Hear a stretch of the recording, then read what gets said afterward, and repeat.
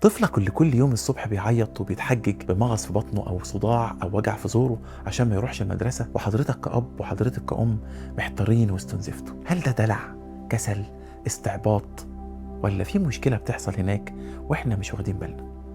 في علم نفس الأطفال الحالة دي بنسميها رفض المدرسة. الطفل هنا مش بيهرب من الدراسة ولا التعليم، هو بيهرب من إحساس جواه، ممكن قوي يكون تنمر، ممكن يكون خوف من تقييم أساتذته ليه، ممكن يكون حاسس إن هو أقل من زمايله. ولأن الطفل قاموس اللغوي لسه صغير ما بيعرفش يقول أنا مضغوط أو مكتئب، فجهازه العصبي بيترجم ده فعلا لأعراض جسدية حقيقية، مغص أو ترجيع أو صداع. هو مش بيمثل، جسمه فعلا بيتألم. عارف أكبر غلطة إيه؟ إن إحنا نقول له بطل دلع، يلا روح المدرسة. طيب نسيبه ما يروحش يعني؟ لأ.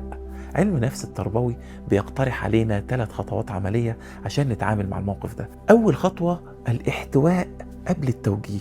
حضن هادي كده مدته 20 ثانية يهدي جهازه العصبي ويوقف وضع الهجوم والهروب اللي شغال جوه دماغه. 2، بلاش الأسئلة المغلقة من نوعية انت مالك، ايه اللي بيجرالك، لانه غالبا مش عارف يوصف. اسأله بوضوح، في حاجة ضايقتك في الباص، حد من اصحابك زغدك، خايف من مدرس معين. 3 خطوة، اتحقق من احساسه، قول له بوضوح انا مصدق ان انت تعبان وخايف، بس احنا فريق وهنحل المشكلة دي سوا. احساسه بان انت في صفه كفيل ان هو يقلل نص خوفه ورفضه للمدرسة. الطفل محتاج يحس ان البيت درع بيحميه، مش محكمة بتكدبه وبتحاسبه. نسمع ولادنا قبل ما الخوف يكسرهم. تابعني عشان موضوع جديد لرأي وتحليل. سلام.